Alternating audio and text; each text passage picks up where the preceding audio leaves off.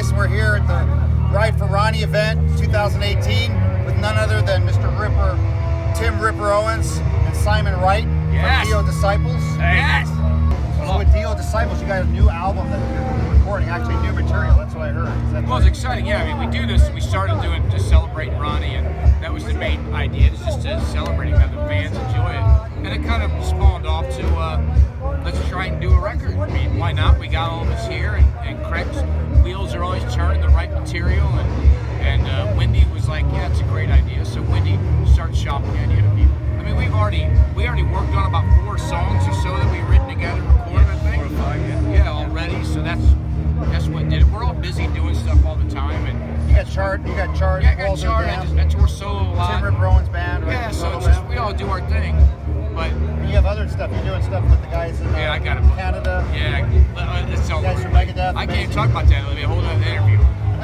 Amazing music. And when this came up, it was like, absolutely, let's do it. And Wendy was all ready and got the label into it. So it's an exciting thing for us to do it, because I think people wanted us to do our own music, And the main thing why we did Dio Disciples was, first of all, we loved it, and we loved to celebrate Ronnie.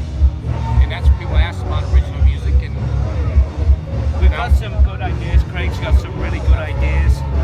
We've got ideas and stuff, so once we get in rehearsal, we'll start working on it and stuff, and try to make the band have its own stamp. But Ronnie will always be with us all, in spirit and all, and we'll just see what the hell comes out. But so far, it sounded really good. I was wondering, the sound of the songs.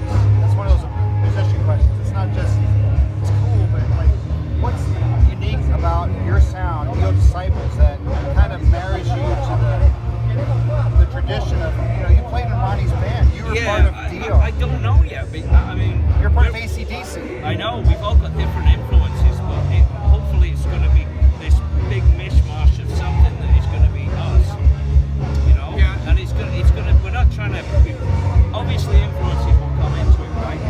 So you guys aren't formulating, it's just the natural flow. We just get in there. We're not making a Dio record. No, that's great. We couldn't do that. That would be wrong. I mean, we all, the best thing is, we've all done different types of records, but they're always there's some similarity to the classic metal and classic rock format, because we have this in us. But we still always move forward a little bit, we've always kind of moved forward a little bit with that, but that's what it's gonna be. Judas Priest, Dio, AC/DC, all of these influences are in us. They're not gonna leave us, but it's still gonna be us making, you put all that into one band of who we've grown up with. So it's, obviously there's gonna be some Ronnie in there, Jeffrey, whatever's going on in this, it's just us writing songs. It's not us writing songs to sound like something, it's just us going in and writing songs. I think that's a good point. We're not writing to sound like somebody or something. We've already done the songs that we've already done. Do have a little bit of originality about them and stuff.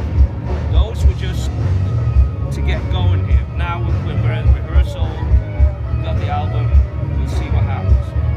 So it's going to be good. It's interesting. I talked to Scott Gorham from Black Star Riders a couple of weeks ago, and it's kind of the same thing. Like, there was a point where Thin Lizzy had to say, you know what, we have a great band here, and we're not, to record an album without Phil, it's like recording an album without Ronnie. I mean, sometimes recording a Ronnie album, even though it's like you want to carry his music forward and his tradition of his fans that love the band. And they've created. You guys are doing a great, amazing job. And Wendy Dio. They've created something really kind of original there, but it still has that overtones of Lizzy because of Scott and all of where he came from, and that's okay. I think that should be allowed. It's cool, Yeah, and I think you guys are great. You guys are carrying the torch, and I've seen Dio Disciples. I love the way you guys all have your own musical, like you have other things that you've done and are doing, but it's a collaborative effort and a collective effort of just the top musicians. That's what it is. Yeah, go ahead. We have fun with it. I think that's the thing when we go on stage. You see the emotions, you see the fun of us doing it. And that's, I think, a big part of us on stage. We all have our own musical influences. When we're up there, it's all about celebrating Ronnie, and it's an amazing feeling, really. Every single night. I could give a speech, and during the speech I'll get emotional. It's real stuff, because it's just kind of there.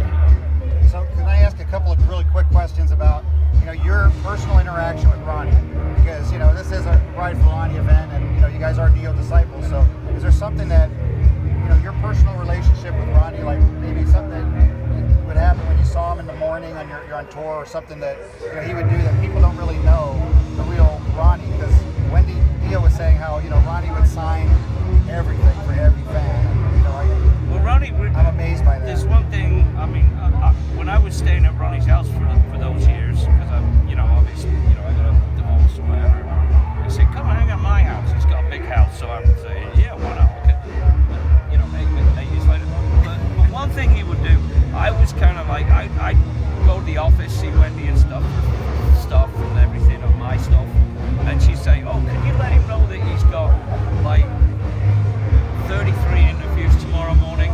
33. Yeah, or 42, you know. And I'm like, "You really want me to go back to that house and You tell gotta him?" tell him. You tell him. I'm like, "You call him, tell him."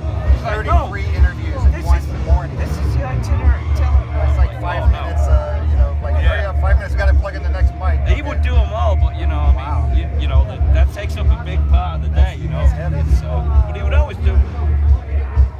God bless him. How about you, Ripper? Well, I mean, listen, my thing is, I just know the first time I met him and how he went out of his way. This is when my first Jugulator might have just came out, and he went out of his way to have me come backstage and meet him and talk to him, and gave me his number and became friends. You know, not everybody was doing that to me when I came to the industry. I remember coming to LA, and most people were treating me like shit because I came out of nowhere. I'm singing for Judas Priest at a sold-out show at Universal Amphitheater with Motorhead opening it, and all the other bands from the 80s were backstage trying to get free cheese off the table because they couldn't play anymore. And they all hated me. Ronnie was like, just right there, you know, became friends. And then I go to figure, he ain't treating everybody like that. So, I mean, So then you I didn't feel so listen, special anymore. then I went, so I'm treated the same, all the fans, he treated the same way. And That's that kind of was- interesting. That's listen, an epiphany. he was an amazing guy. For him to right away do that to me and not make me an enemy or anything, he took me in and listened to me. And He sort of did the same thing to me when I was a kid. Like, we did some, you know, in AC/DC, we did some of the Monsters of Rock, and it was DC and Dio and a bunch of other bands. Never get that anymore, but that's what it was back then. But, you know, I was just a kid, and I'm in this massive rock band, you know, and he just came up and started talking. I'm like, wow. I was just wondering, do you think that AC/DC, with I'm not trying to say which singer, but with a singer, you know, is still like to continue the legacy of AC/DC, just like, you know, you guys are continuing the legacy of Dio, just Well, like, you know, BSR is continuing the legacy of Thin Lizzy. It's a different animal, but it's Yeah, I think I still know carrying the music I forward. think I know what you're saying. I mean, a lot happened in a short period of time, and knowing Angus the way he is, I'm sure he wants to keep going, and I'm sure he wants to keep rock and roll because that's the way he always is. You know, so he's got Chris Slade there, he's got Stevie Young. You might need to find a bass player. I think Cliff's retired. So as far as singers, I know Brian can still. He's sung a couple of things lately. So I I don't know. It'd probably be Axl Rose singing. I really don't know. Hey, listen, I gotta tell you, I wasn't a fan of that, but when I watch AC/DC footage of Axl Rose singing, I think he does a pretty good job. Yeah, and I think he looks like he's enjoying it. And that's the key. They got some freaking star who looks like he's a kid doing his thing again. And I think it's kind of cool. I'd rather see Brian Johnson, of I course. think that's the thing. People like the family aspect of Yeah. it. You know, the kind of the originality of that. He's not the original singer, but you know what I mean? He's been there singing Yeah. for so long. To bring somebody out from the outside, Giant star like that. there's no you know, denying. it's kind of. But I'm sure it'll be a great if they do it. I'm sure. It'll And, be and, great. and my picks, you know, might be interesting. I mean, coming from, you know, the old school, I like. I don't know if my picks are controversial or not, but I like Mark Storace, but I understand that maybe that's not the right personality mix. I don't know. I told him to call. I think George that's a great choice. Stelivo I from mean, Rhino. what a great singer Mark Storace is. And then also Jimmy Barnes, who's in the same realm. I mean, Jimmy Yeah. sings all that stuff, and wow, I mean, Yeah. very successful doing his own thing. And then also Angry Anderson, but that's just. Yeah, Angry's kind of there. You know. But obviously Axl's name is, Yes. you know, hey. If that's what they're going for, Get a and they want that statesman. kind of guy, they've got that guy there, right there. But it's yeah. an interesting conversation. I appreciate you guys. We're not what happens. But how cool. Thank you so much, All right, guys. man. Good seeing you, buddy. Pleasure, Thank you. a real pleasure and an honor. Thank you. And I'm looking forward to seeing you guys shred the stage here at Ride for Ronnie. Thank you All so right, much. you got it. Dio's Disciples, Timber Wow. Growing, Simon Wright. Thank you.